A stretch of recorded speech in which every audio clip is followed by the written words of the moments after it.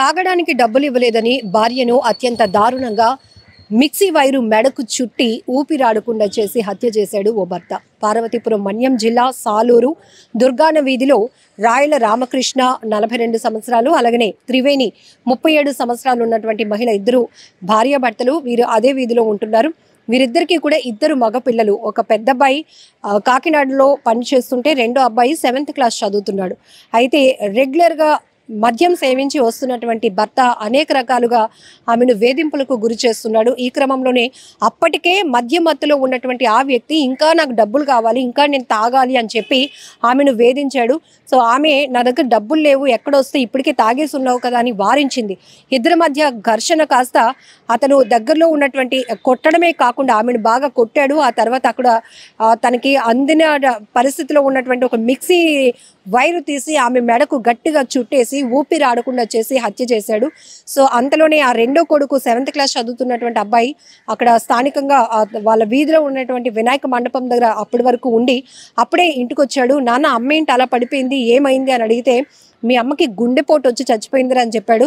కానీ ఆమె మెడపైన ఉన్నటువంటి గాయాలు, ఆ వైరు, ఆ పరిస్థితులు చూసి అబ్బాయికి అనుమానం వచ్చి పెద్దగా అరవటంతో స్థానికంగా ఉన్నటువంటి చుట్టుపక్కల వాళ్ళు కూడా వచ్చి అతన్ని నిలదీసేటప్పటికి ఏం చేసావు నీ భార్యని, ఎందుకు అలా పడిపోయింది, ఏం చేసున్నావు, ఎందుకు చంపేశావు అని వాళ్ళు నిలదీసేటప్పటికి ఒప్పుకున్నాడు.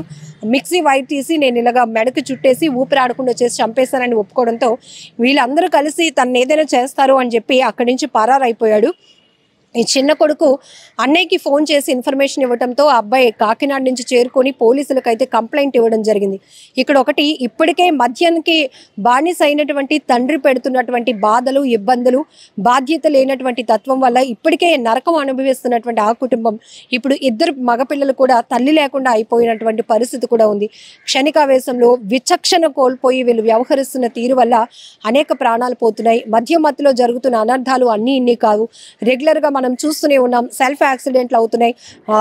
తాగి మధ్య వాహనాలు నడుపుతూ ఉంటూ వాళ్ళు ప్రమాదానికి గురవుతున్నారు. ఎదురుగా వస్తున్న వాహనాలకి కూడా ప్రమాదానికి కారణం అవుతున్నారు. ఎంతోమంది ప్రాణాలు పోవడానికి కూడా కారణమవుతున్నటువంటి పరిస్థితి డ్రంక్ అండ్ డ్రైవ్.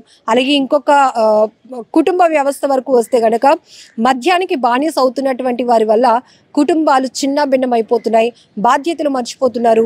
ఎంత కష్టపడినా తెచ్చిన డబ్బంతా కూడా మద్యానికే తగలబెట్టడం వల్ల ఆ భార్య కావచ్చు, పిల్లలు కావచ్చు ఎంత వేదన అనుభవిస్తున్నారో కూడా మనం రెగ్యులర్గా చూస్తూనే ఉన్నాం. ఒకప్పుడు సినిమాల్లో ఇలాంటి కష్టాలు చూసేవాళ్ళం, కానీ ఇప్పుడు నిజ జీవితంలో కూడా చాలా వరకు ఎంతోమంది గుట్టు చప్పుడు కాకుండా కాపురాలు చేస్తున్నటువంటి పరిస్థితి. ఇక్కడ కూడా భార్యాభర్తలు ఇద్దరి మధ్య తరచుగా ఇదే విషయమై గొడవలు జరుగుతున్నా కూడా పిల్లలు ఉన్నారు, బాధ్యతగా ఉండాలి, తాగు కానీ ఎక్కువగా తాగొద్దు, నీ ఆరోగ్యం పాడవుతుంది, కుటుంబ పరిస్థితి కూడా బాగలేదు, ఆర్థికంగా మనం చితికిపోతున్నామని చెప్పినప్పటికీ కూడా వినిపించుకోకుండా అప్పటికే తాగి రావటం, ఇంకా తాగడానికి డబ్బులు అడుగుతూ భార్యల్ని పిల్లల్ని వేధిస్తున్న భర్తల్ని మనం చాలానే చూస్తున్నాం.